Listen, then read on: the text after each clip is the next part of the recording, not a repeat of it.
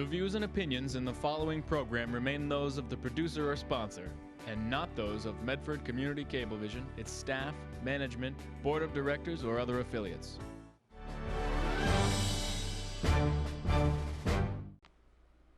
Welcome to the latest edition of Real Grass, Real Heroes, a look at the golden age of sports here in Boston. My name is Jim Tuberosa, and tonight I have with me my very, very special guest, the former undisputed welterweight champion of the world, Tony DeMarco, the flame and fury of Fleet Street, the pride of the North End. Tony, welcome to the show. Thank you. This is part two, by the way. We had Tony on a while back, and we never really got to talk about Tony's views on all the boxes. We talked about his career in Carmen Basilia. We never talked about all the great boxes in those times, and Tony was gracious enough to come back once again for us. Tony, you must have gotten an awful lot of feedback on the last show. I know I did, on the last show we did. Some of the fighters, and you know, I never even thought of it. I should have mentioned this before and asked you to come, your opinion on the pound for pound, the greatest fighter in the world and the greatest heavyweight champion in the world, which I picked Rocky Marciano. But anyhow, since we mentioned Rocky Marciano, your thoughts on Rocky? Well, I think Rocky Marciano's probably, of course, his record goes undefeated. That stays. He's the only one, the only heavyweight champion that's undefeated.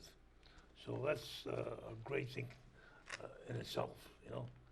As far as his ability is concerned, I think he was just brute strength and brute punching. And that was Rocky. A lot of determination. I mean, a lot of determination. You can take a punch. By the way, our camera is showing, here's a picture here of Tony and Rocky back. Look at that handsome guy in there with Rocky. Yes. You know, everybody, Tony, so many people liken you to John Garfield, and I'm one of them. Yes. But you met him one time, didn't you? Very briefly. I met him when I was a young boy. Mm-hmm. And I was there was a club, an organization, a club, a big club, one of the biggest in Boston perhaps, called the Burroughs Newsboys Foundation, located uptown near the State House on Somerset Street. Mm-hmm. And this, Jim, they should have more of them. What we lack today is boys clubs. Television killed all the club fights. I'm not sure where, how, and why, but boys clubs is the answer to a lot of good things. Mm-hmm. Less juveniles, less, you know, progressing a boy for athletically, intelligently, socially, and the Burroughs was that was the Burroughs. The Burroughs had everything. They had basketball, they had boxing naturally, and they had woodcraft and billiards, and did just about everything. I don't understand why someone, politicians or whoever might be involved, should take that up and consider continuing or making boys clubs. Reintroducing them. Thank you. Reintroducing boys clubs like it used to be before. There's a guy that I went to high school with at Boston English. He was a couple of years ahead of me. And he kind of got his start in, might have even been Burroughs, but one of the boys clubs. And his name was Wilbur Wilson. And people used to say this kid would stand a shot at being a world champion if he could ever get past Tony DeMarco, which of course he never did. No, he didn't. You had a couple of real wars with I certainly did. And Wilbur Wilson was a hell of a guy. He's a nice guy. We became friendly, like a lot of my opponents in Boston, and a lot of the fighters in Boston became friendly. Mm-hmm. But Wilbur Wilson was a phenomenal fighter. He reminded me of, because I fought him twice. Yeah, I remember. I fought him twice, and if I were just to describe him, I would say, well, he had a style like Henry Armstrong. Well, don't get me wrong, Henry Armstrong, one of the great fighters that we have, along with Willie Pep, Yeah. along with Sugar Ray Robinson, you know, and along with, you know, a few others, but let's leave it right there for now. But anyways, Wilbur Wilson was a guy that kept coming in, and bobbing and weaving and throwing punches, you know. And I used to box with him in the gym many times. He was advanced before I was. Yep. And I would box with him many times. And the more I boxed with him, the better I got. Because I was getting older and maturer, and I was putting my combinations together.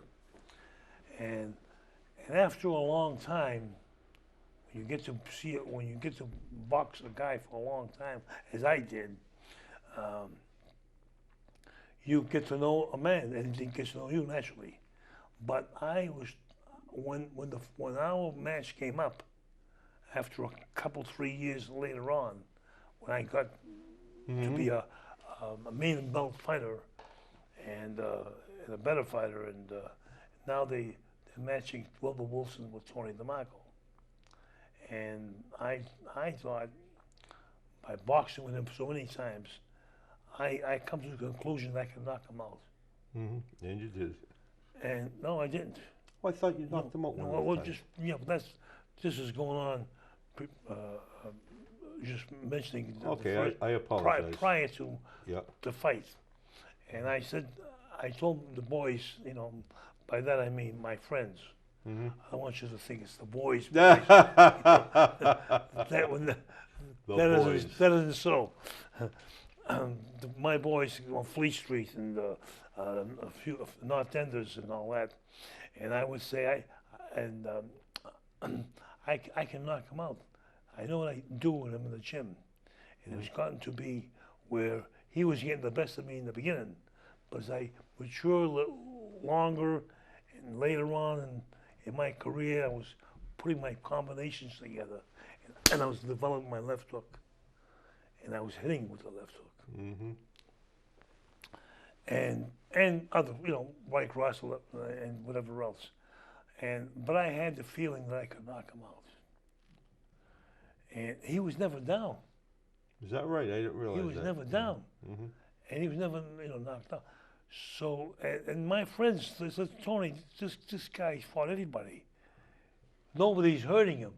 I says, yeah, but I can beat him, and I can knock him out if I hit him right, because I can develop my strategy with him, and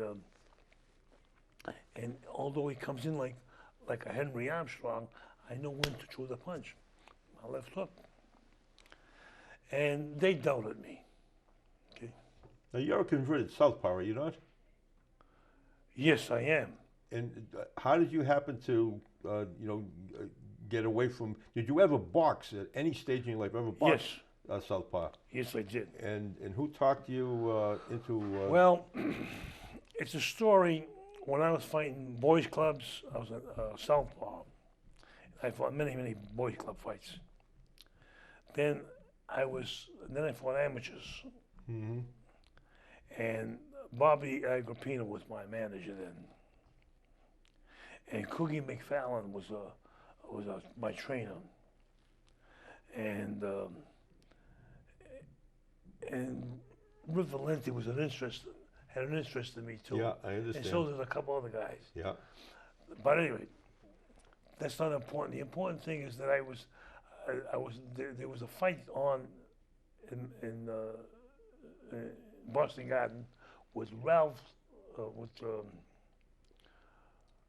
Was it Ralph Zanelli or Ralph Ralph Zanelli, Tiger Jones? No, Ralph Zanelli, excuse me. Ralph Zanelli and Johnny Greco. Now, Johnny Greco was a man, a welterweight from Montreal. And this fellow, now I can't think of his name offhand. It'll come to me. Yeah. Perhaps that's before we start. But I can't. Doyle, I got it. Jimmy Doyle. Jimmy Doyle. Was Yeah. his trainer. Yeah. And his cornerman. And he knew Bobby Agrippino, my manager, and Cookie McFarlane. He knew them. And I was 15 years old then. And I'm fighting amateurs, maybe 15, 16, going on 16. And I was fighting Lynn, I believe, Lynn. Don't forget, I'm speaking about 55, 60 years. I hear you know. Yeah, I hear you. So I'm fighting then, and they invited Jimmy Doyle to come to see me fight. And Johnny Greco was fighting Ralph Zanelli, and a few days afterwards.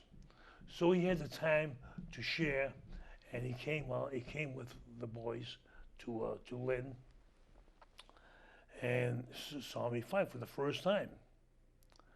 And I was a southpaw at the time. And I fought southpaw all Gotcha. went along.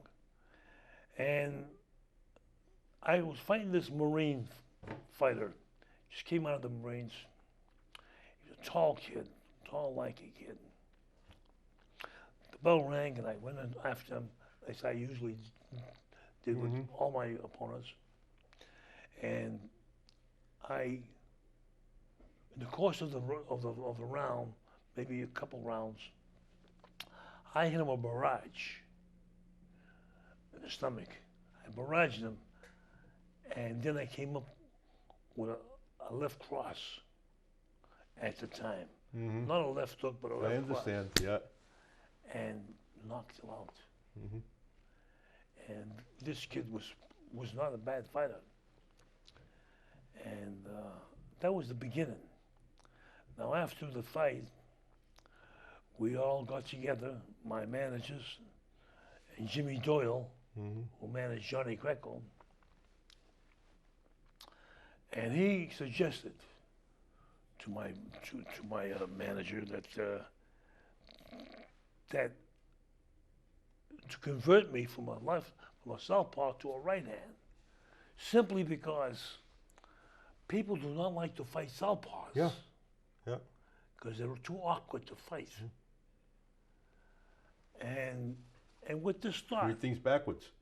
excuse me? Everything is backwards for the guy's training. Yeah. Well, The guy's used to when he sees a left, he does this, he sees a right, he does that. With southpaws, it's just the opposite, is it not? yeah, well, you fight this way here, you know? Well, anyway, the fact is that there were some good southpaw fighters, and they fought, and you know, they remained southpaw. But it was suggested that I convert from a southpaw to a right hand simply because people, and this is true, people do not like to fight southpaws. They're very awkward. So that devastating left hook would be a surprise to them, that the power was in your left hand instead of the right. And he said to them, my manager, he says, with that left cross converted into a left hook, he will be dynamite. And you were. And, well, sure enough, what happened was in the gym, the next couple of days, because I took a day or two off between fights, and maybe a week off sometimes, depending on the situation. And they tied my right hand, Jim. They tied my right hand to my body. Yep. And as they did that, I jabbed, and then I threw my left hook. Yep. So all I did for one day, that day, for no, 2 days, jab and left hook, jab and left hook, and jab, left hook, left hook, left hook. And then I got to the bag, same thing with the bag. My arm was tied to my jaw. And this was the beginning of a converted southpaw. The third day in the gym, they let me loose, and they let me spar. And as I sparred, I threw that left jab, and I converted into a left hook, and I devastated my opponent. Or at the time, The ones who didn't know about one it. that I sparred with. Sure. At the time. And I became a converted southpaw. Who do you consider? Okay, before I even get into who do you consider the greatest fighter of all time, I want to talk about some of the local fighters that were big several years ago, and of course Joe DiNucci is one of the greatest. Tommy McNeely. Tom McNeely. Tommy McNeely's the last guy before John Ruiz, anyway. Well, you know, to fight for the heavyweight championship of the world. yes, Tom McNeely was a good fighter. Yeah. Tough kid. And a good guy. A good Yep. guy. Now, my experience with Tommy McNeely, I saw him fight. He was a rough, tough kid. He fought for the championship of the world. He lost. But who is fighting for the championship of the world? Very few fighters. And Floyd Patterson was fast as could Well, be. you bet. A hell of a fighter. Yeah. Good fighter. And as it was, he even knocked Floyd Patterson down. Well, I don't think he did that. But anyway. Well, if it wasn't a knockdown, it was pretty close. Well, all right. I don't think so. But anyway, it's okay with me. if you want him down, it's okay with me. The years, But- of course, it was but 45 anyways, years ago. But it was more than that. Anyway, It was 61. Tom McNeely was a tough kid. He's tough. Why? I mean, he cared for nobody. I mean, he feared nobody. And Patterson was a good fighter, and he lost the fight, and that's fine. But Yeah. he fought for the championship of the world, and that's a big honor. Yes, it is. That's a big honor. I agree. His agree. his belt will say. Yeah. You know, And, oh, I'm sorry, go ahead. yeah, no, go ahead. You know, I was going to say something about Tommy. I remember talking to, oh my God, now I can't remember. One of the guys that played for the Patriots back in the 60s. And we happened to be talking about boxing. And I think that he knew of Tommy. Tommy was a tackle, and he had a scholarship to Michigan or Michigan State. And the guy said if he didn't go into boxing, he'd be in the Hall of Fame today, he says. He would have been a Hall of Fame. Imagine He would have been a pro tackle, and he would have wound up in the Hall of Fame. Yes. You know, he was that good. Yeah. And of course, a tough kid. Him and his brother Brian knocked out a few guys in barroom brawls back from Arlington. Yeah, I heard they were pretty tough kids. Yeah. But you know, like his son Peter, you know, Yeah. it's remarkable. I mean, one family, a father and a son, fighting for the heavyweight championship of the world. No, they didn't win, but they fought for the heavyweight championship of the world. And his son Peter fought Tyson. yeah. Tyson. You know, he hurt. Well, he hit Tyson. You know, he was and the only one that nobody. hit him, yeah. Yeah, nobody is hitting Tyson. Tyson's a great fighter.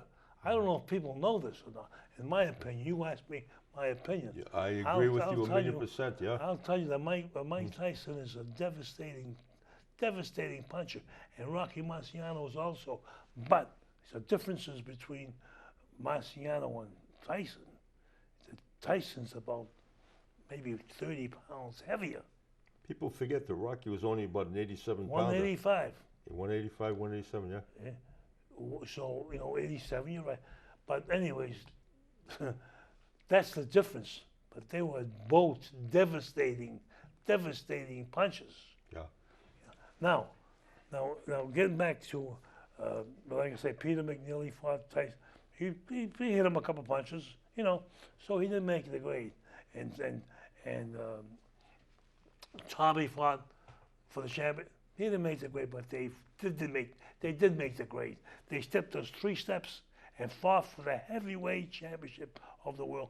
That alone is enough, you know. I agree. And let me tell you something about, if I may, Tom McNeil is a hell of a guy, great guy. Anyways, we were in a play together. No kidding. Yeah. We were in a play, we were called in, and I don't recall who put it on, but it was Androcles and the Lion. It was played Yeah. at the public gardens, Is that right? For the kids? not for the kids, for adults. Yeah. And I believe the Boston put it on. And I had a net, and he had a sword. Yeah. And we got permission from Caesar, who was controlling the the army, whatever. And Who played Caesar? Joe the plumber. Joe the plumber. I got you. I got you. Yeah.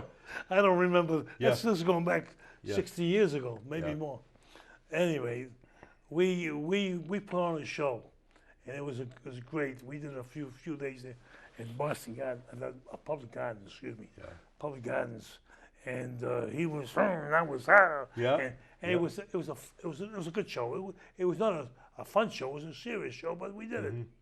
And of course I remember that because we talking about Tom McNeely, and he was a good guy, and you know, I thought you would like to hear that.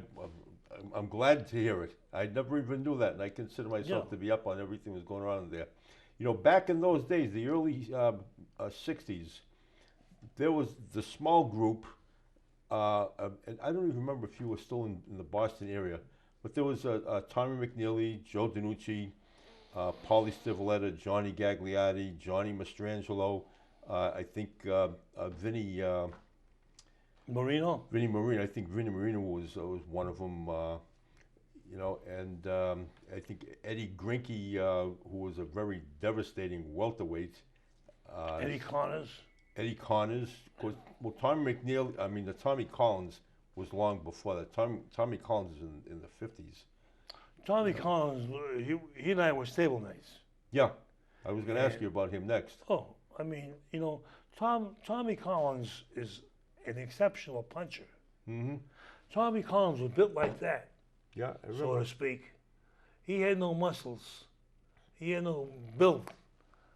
But for a lean guy, and I don't know, he was a featherweight.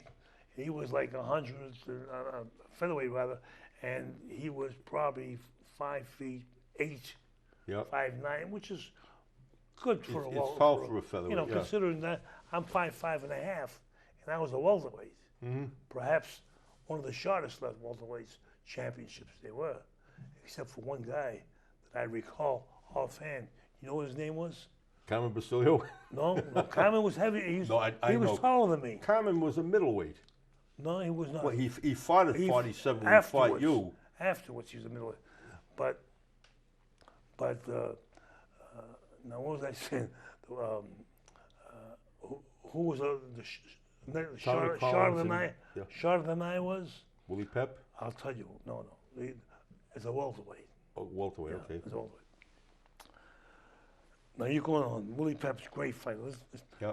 But a fellow by the name of Walcott. Walcott? Yeah. And I don't know his first name, but his name is Walcott, and he's a short dude, and I understand devastating. You will see his record. You'll have to look up his record. Yeah. Joe. Now I can't think of his first name. It might be Joe, for that I matter. was going to say, It might be. there was, because Joe Walcott's real name was Arnold Cream. Okay. But he was shorter than I. Mm-hmm. But as you know, I'm 5'5" and a half, and I claim that I'm 5'7". I'll tell you something. I thought you were taller than 5'5" and a half. I would, if somebody asked me off the street, I'd say he's about 5'8". Yeah. Well, You project bigger than taller than you are. well, I want Dottie to hear that one because we have arguments. You know, she thinks she's taller than I am, and I think I'm taller than she is. That's your new wife. That's my wife. That's your new wife, right? Don't say no, just say wife. Well, okay. We just got married a short time ago. That's right. Yeah. But Tommy, you know, Willie Pep, I think Willie said it or somebody said it about Willie, that when he fought Tommy Collins, he got the surprise of his life, and I think Tommy Collins knocked him out. He said he retired one fight too late. Well, you know, Tommy Collins, like I said, as skinny as he was, he's a terrific puncher. he knocked out a lot of guys, Mm-hmm. a lot of guys, and now when he fought Willie Pep, in all defense to Willie Pep, because I think he's the greatest. Yep. Uh, Willie Pep was in his mid-40s at that time. he wasn't was late in his life, Mm-hmm. you know. And I saw the fight. Devastating punch. Yeah. Tommy got off the ropes, and he went into Willie Pep as he was coming in, hit him a punch, and I think it was a left hook, Yeah. and caught him flush. And down Willie Pep went to the canvas. He sprawled out, and they counted 110. Really? That's how Yeah. you know. And of course, you know, again, they don't take away his greatness, because it's late in his life, late in his career. Even if it wasn't, he would still be great. I agree 1,000,000%. great. You know, the first time that I met Willie Pep, it was with Johnny Gagliardi and a couple of other guys. We were down in Hartford at a place called Frank's, real classy, upscale Italian restaurant. And so we sat down, we had just ordered, and I ordered a real Italian dish, pork chops, peppers, potatoes, you know. And then Willie came over. And so I started making way for Willie, you know, to sit down. He said, no, I'm only going to stay a second, you know. And as he's talking to us, the food comes. And he looks at my dish, he says, wow. And he reaches over and he grabs a pork chop out of my plate. I said, wait a minute. He said, pull up a chair. I called the waiter over. I said, bring him an order of these, right? And then when his order came, I took my pork chop back, and he looked and he laughed. He said, I like this guy. Well, we got friendly. At the time, I was doing a boxing show on Warner Cable, and had him up. He'd come up as a guest, and we had a great time. He gave me a copy of a story that, and I'm sure you know about the incident. He had gone to a reporter and said, in the third round of this fight, I'm not going to throw one punch, and I'm going to win the round. He says, then later on, when I knock him out, he says, then we'll look at the scorecards. He says, you're the only one that knows this. And sure enough, the third round, never threw a punch. Fifth round, he knocked the guy out. They looked at the scorecards. All three judges gave Willie that round. Remember that. I remember hearing that. I didn't see it. I remember hearing it. Well, Willie Pep was so phenomenal. He was so fast. He's a you know, Willie the Wisp. Willie Lewis, and he would move here. And he would move. He would go around the ring and cover your back before you can do it. Before you can see him. Yeah. You know? And I'm perhaps exaggerating a little bit, but not much. You know, he was sensational. He was a sensational fighter. There are not too many great fighters and sensational fighters, but he was one of them. And I would say there's others too, and Joe Louis is another one. Yeah. You know, and Joe Louis, there's a few of them. What a fine gentleman he was, wasn't he? And Joe Louis is phenomenal. What? He's great. You know, in fact, I had the pleasure of being with Joe Louis his last days of fighting. Yeah. First of all, prior to that, retracting the statement, I fought in his car to begin with. I was a young. Did Fenway Park? I can't remember Fenway Park or the Boston Garden. I don't remember now. Yeah. I think it was Fenway Park.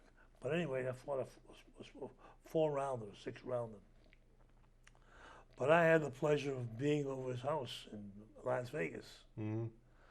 And I had the pleasure also, prior to that, being in Arizona, which I was there for 20 years. I refereed a preliminary fight. Mm-hmm. He was there with me, not with me, but there,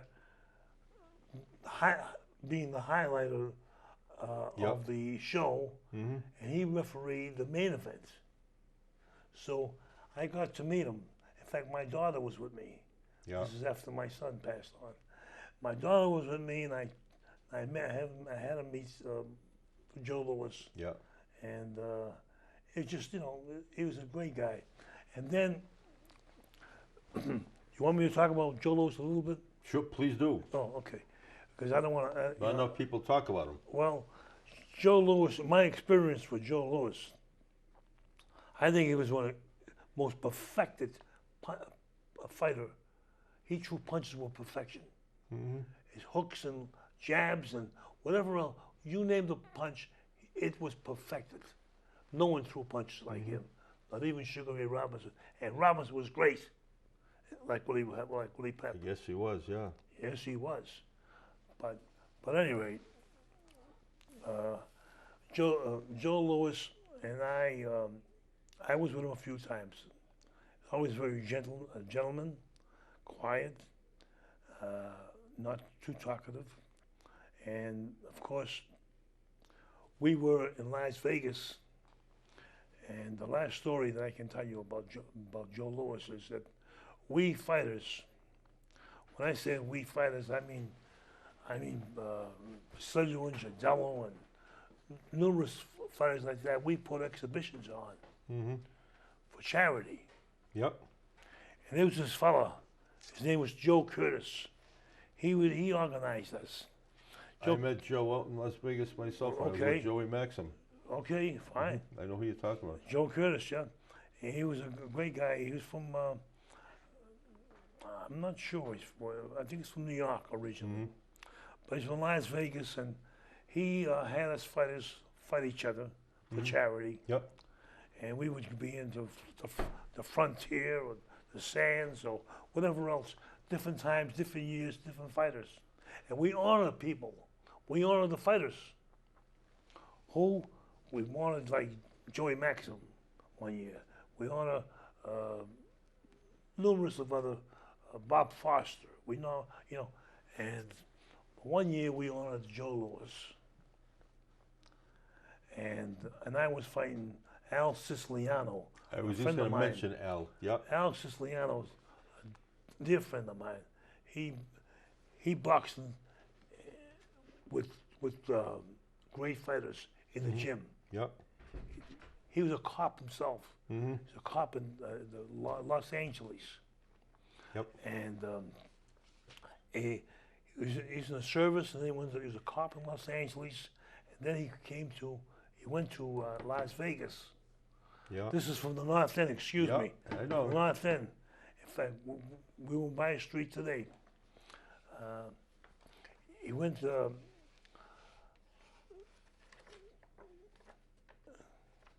So, anyways. I got a poem in Well, here you in know, this book about By the way, Al let me Siciliano. I haven't got time with Joe Curtis. Anyways, Al Siciliano and I, we boxed many times. Yeah. But he boxed with all of them. He boxed with Ernie Shavers. You know how hard My Ernie God. Shavers? You know how hard he can hit? I mean, The Akon. he can break this Yeah. this table. He's a devastating puncher. Yeah. He boxed, you know, supposedly Yeah. sparring, but you know, The he waltz boxed around and all that. Yeah,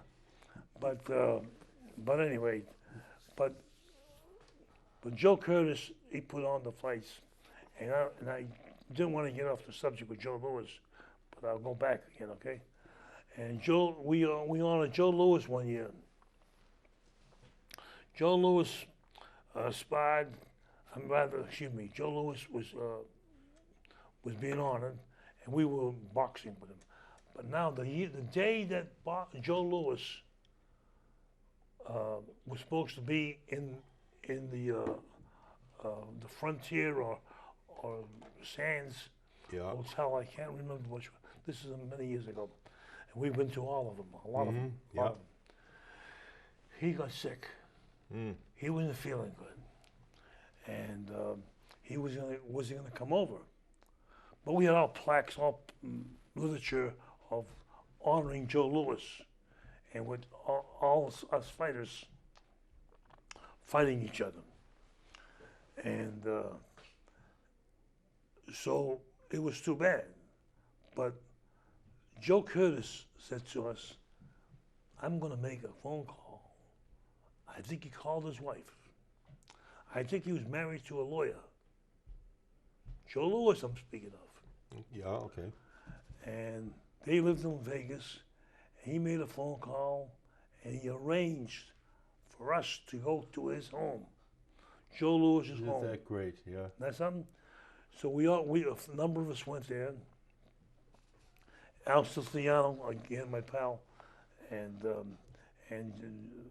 Basilio and Joey Giardello and numerous of fighters.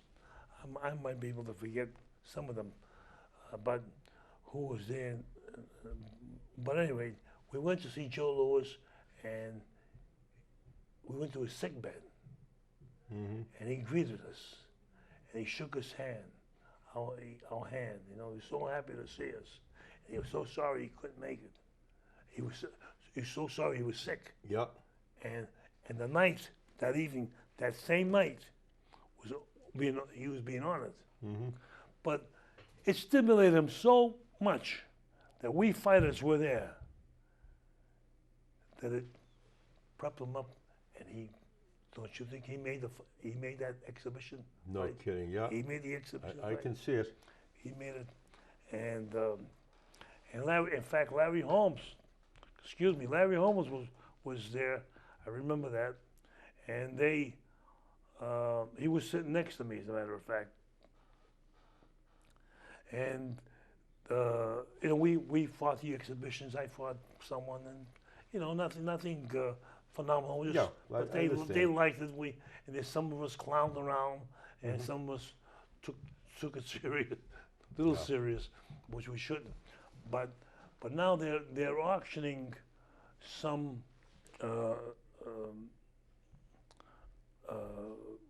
goods, boxing things out. And Joe Louis had a picture. They had a picture, a special picture of Joe Louis. And the auction went off. And it was so so becoming to Larry Holmes. Yeah. He says to me, Tony, he says, that picture is mine. I'll bid anybody. He says, and it's going back to Joe Lewis's house. Was it Isn't that that nice? something? Was it that nice? Larry Yeah. Holmes.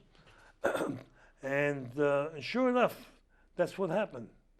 They bid, and I, 500 and 800 and 1,000.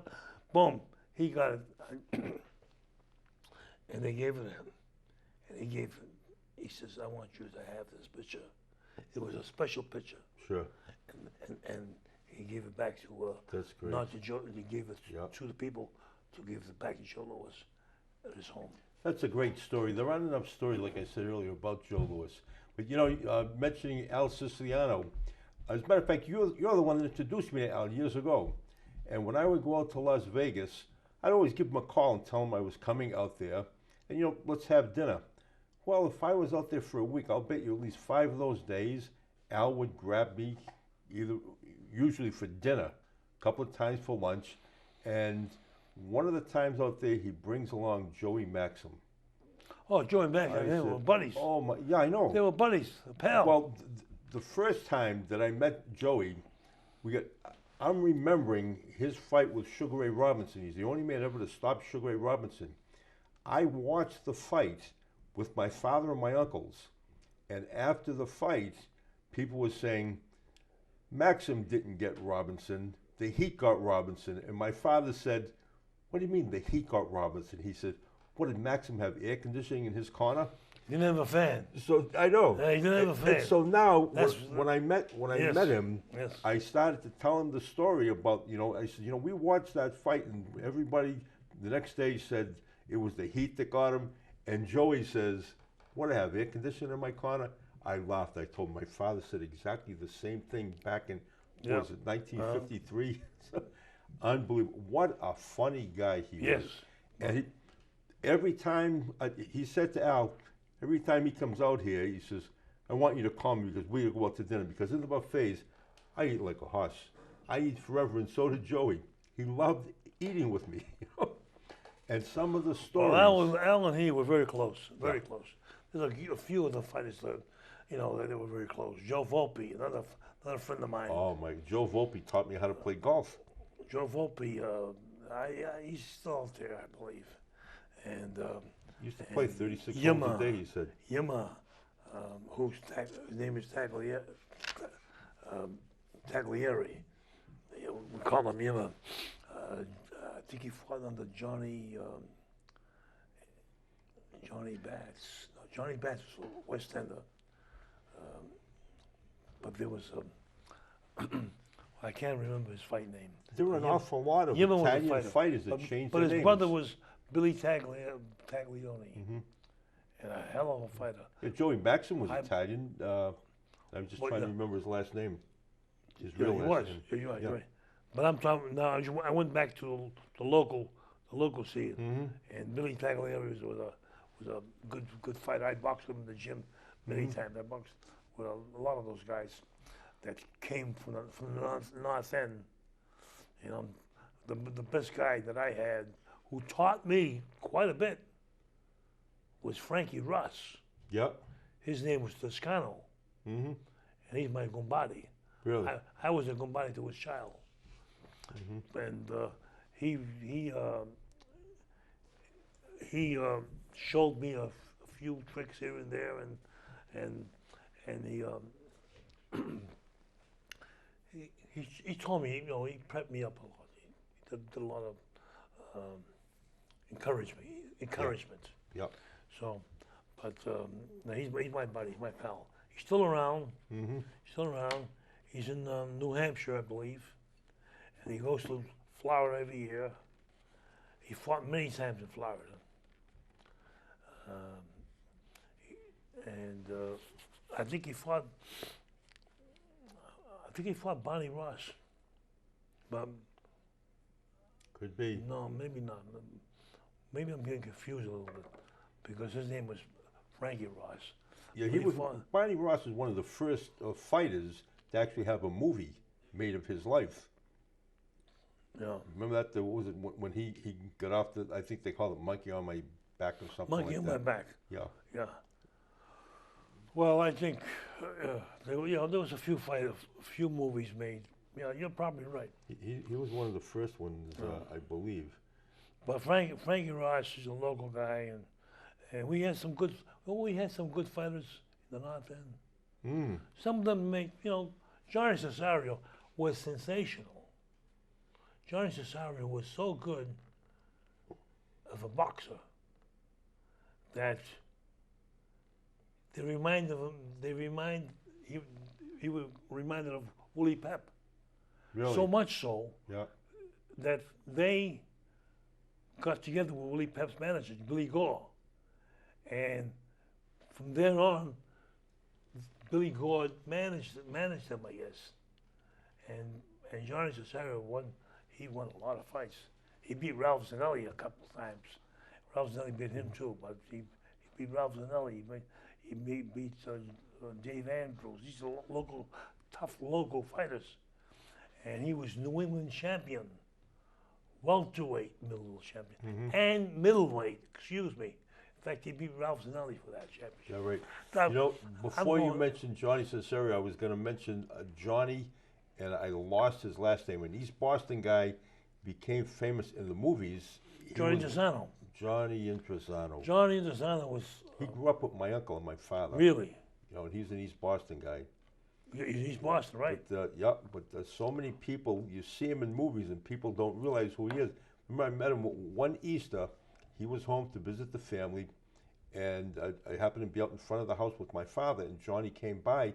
He stopped to say, "We should," and I noticed he had in his hands rosary beads in his hands. Really? He was carrying the rosary beads Really? in his hands, yeah. But so funny. He was a character in so many movies, and a Well, tough he customer. wasn't. He, from what I understand, I met him in Hollywood. Yeah. I met him. I was Yeah. there with a few of my few boys. We were there for a few months, Mm-hmm. trying to make the grade. Yeah. The best we can get is two pictures, one this way and one that way.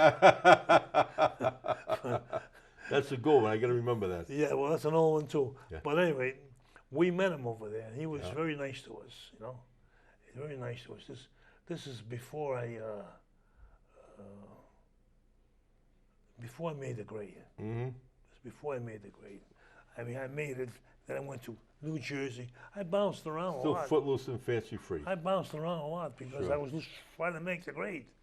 And I was in New Jersey for a year. And I fought 10 fights there. And I won each one.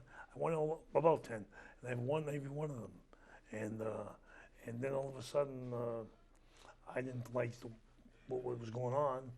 And I didn't like the way I was treated financially. Mm-hmm.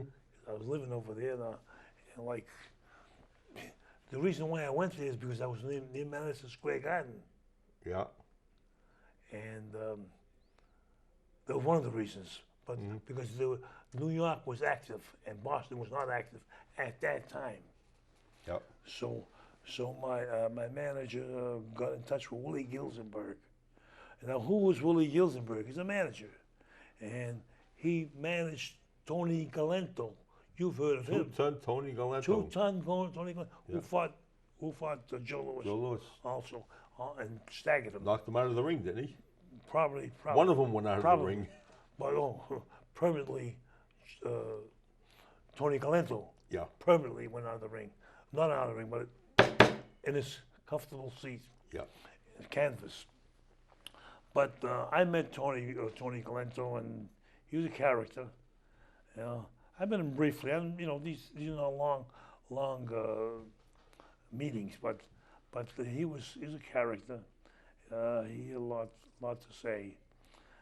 But I went to New Jersey for a year with Willie Gilzenberg, who was his manager.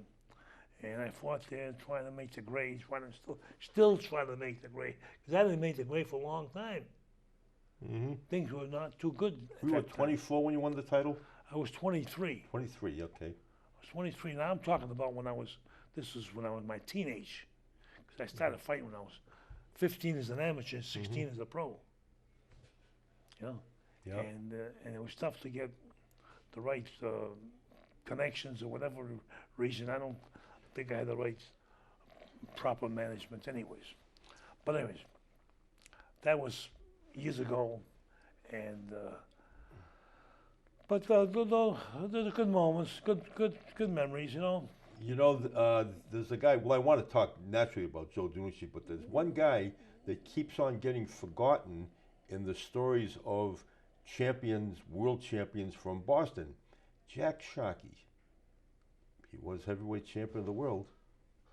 You know, and did you know Jack at all? You got any stories about Jack? I met him. We used to go drinking down his place on Canal Street. Jack Shockey, I met, let me try to think now. It was very briefly, I can't say too much. Just casually met him. You know, I know that Johnny Buckley managed him. Mm-hmm. And Johnny Buckley managed Paul Pender too. Mm-hmm. Yeah, no. And he managed some good fighters when you come to think of it.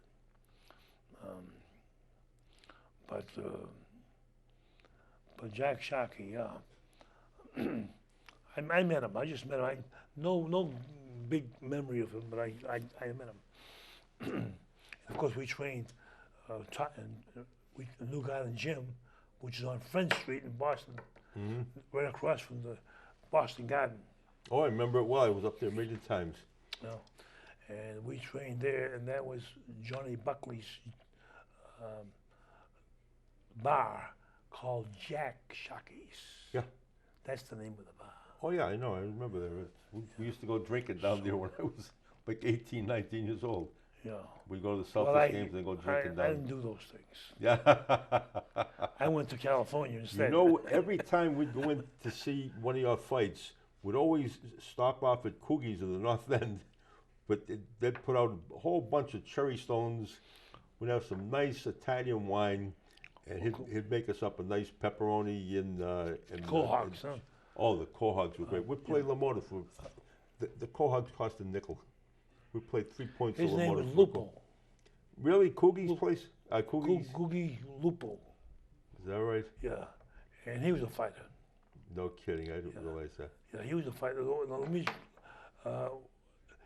He or his brother were a fighter. They were all street fighters. I know that. Mm-hmm. And pretty good from what I understand. They're older than I. But yes, I remember the Cohawks. And we had many Cohawks. The feast, God, the feast that had the Feast. push carts in front. We'd sit in front of the Cohog, in front of the things and play Lamont from. An old friend of mine, Billy McLaughlin, okay, he come on with Johnny Gagliardi, Benny Boyd, the Christopher Lemon Lou, you know, all the guys, you know all those guys. And we needed another guy to have equal teams to play LaMotta. So we got Billy McLaughlin. He's an Irishman that never would even think of having a Cohog. Didn't know how to count in Italian. We taught him the game. Johnny Gagliardi taught him the game. And he said, okay, but he played in English. He'd call his numbers in English, right? And Billy says, I'm not going to eat one of those.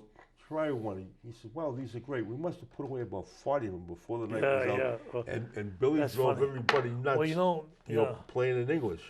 that reminds me, and we want to get to Joe DiNucci. And, of course, Joe DiNucci, I was his idol. Yes, I remember it well. You know what? Let me show this picture. Okay. Right in the upper corner. See if you can zero in. Okay, there you go. Boy, my cameraman is a genius. Thank you, Danny. Okay, that's Tony when he won the title. And that 17-year-old fella next to him is Joe DiNucci, who is... This is a program book from... There's Joe DiNucci today. Okay, but yeah, I remember that very well. Well, recently, very recently, I was with Joe, and I'm with him occasionally. I visit him, and he visits me. But back a couple, 3 weeks ago, election time. Excuse me, I just got the signal. We only got a few minutes left. Go ahead. Wind it down. Well, we were together, Joe DiNucci. He of course, he's the auditor of the Commonwealth. Yep. And he's retiring. Yep. And he was interested in this woman, Suzanne Bump, who became the state auditor. Yeah. But prior to that, we were together, and we were marching, walking the North End and walking the market area. And you reminded me with the Cohogs.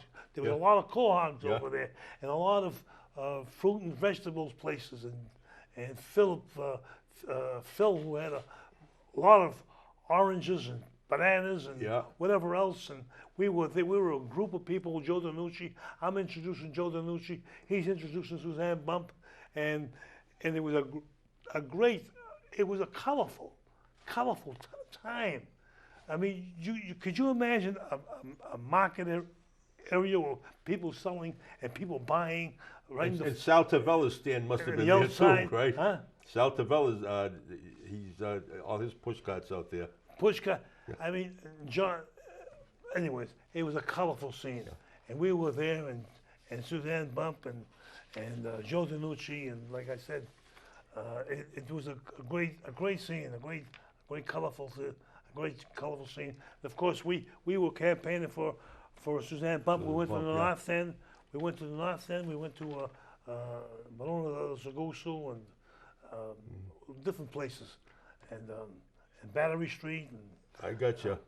You know, before we run out of time, there was one name I wanted to bring up. I mentioned him earlier, Johnny Gagliardi. Now, we're in Medford here. Johnny is, I swear, Johnny and his family are legendary in Medford. But Johnny told me, Al Clementi, by the way, who ran the gym for about 60 years, I asked him, who's the toughest gym fighters you ever saw? Now, you know, that's where the real tough guys are in the gym. And he said, well, I'll tell you. He says, take your pick for number one, but here's my top three. He said, Tony DeMarco, he says, Joe DiNucci, and Johnny Gagliardi. He says, take your pick, whichever one you want to make number one. Now, Johnny Gagliardi, I've known him for years. And Johnny, I've seen Johnny take some real tough punches. Johnny says, the toughest punch I ever took in my life. He said, I was sparring with Tony DeMarco. He says, and he threw a left, and as he was throwing it, I thought he was going to, hit me on the side. So I put my elbow down, and he come right up, hit me in the chin. He says, the toughest punch I ever took in my life. Well, he didn't go down, he said, but he recognized the toughest ever. people, you know, for years, now, Johnny was a fighter. He left boxing undefeated. I think it was 14-0-1. But he broke his hands a few times. And while he was recuperating, he became partners with Sam Silverman, bringing some great fights, you know, putting on some great fights. And here's one. Can we zero in on this one here? Dan, can you bring this up? Okay, the name of the organization was Celebrity Boxing. And you see guys like Steve Manfredo, Louis Veda. See Dana Rosenblatt, who was undefeated at that time. But here was a great one. The fights, the papers would not write about Johnny's fights. Wouldn't write about any of the pro fights because they felt they were all run by the mafia. Okay, see if you can zero in just a little bit more on this one. Johnny was putting on this fight here, Vito Antifermo. Okay, and there's some terrific fighters in there with Glenn Burnett, who was a tough kid. But Johnny Gagliardi did so much for boxing as a promoter. As a promoter. As a promoter. And well, not only that, but like I told you, I needed a sparring partner, and he had no mind. He wasn't there. Oh yeah, you had a story about to Johnny. spar with me. Yeah. But there was a fellow, and I can't think of his name, but it was boxing with me. So what he says, Tony says, I'll be in with you. He put his clothes on, he started boxing with me. He was game as can be, wasn't he? I needed someone to spar with, and we had a hard time finding a sparring Yep. partner. So he was, you know, I remember that. All those guys Cold. at that time, But, all you the know, guys, it was almost like a fraternity of those guys. You know, before we leave, I Yep. would like to, because I have a book over here, and I have a picture of Kid Gavilan. Yep.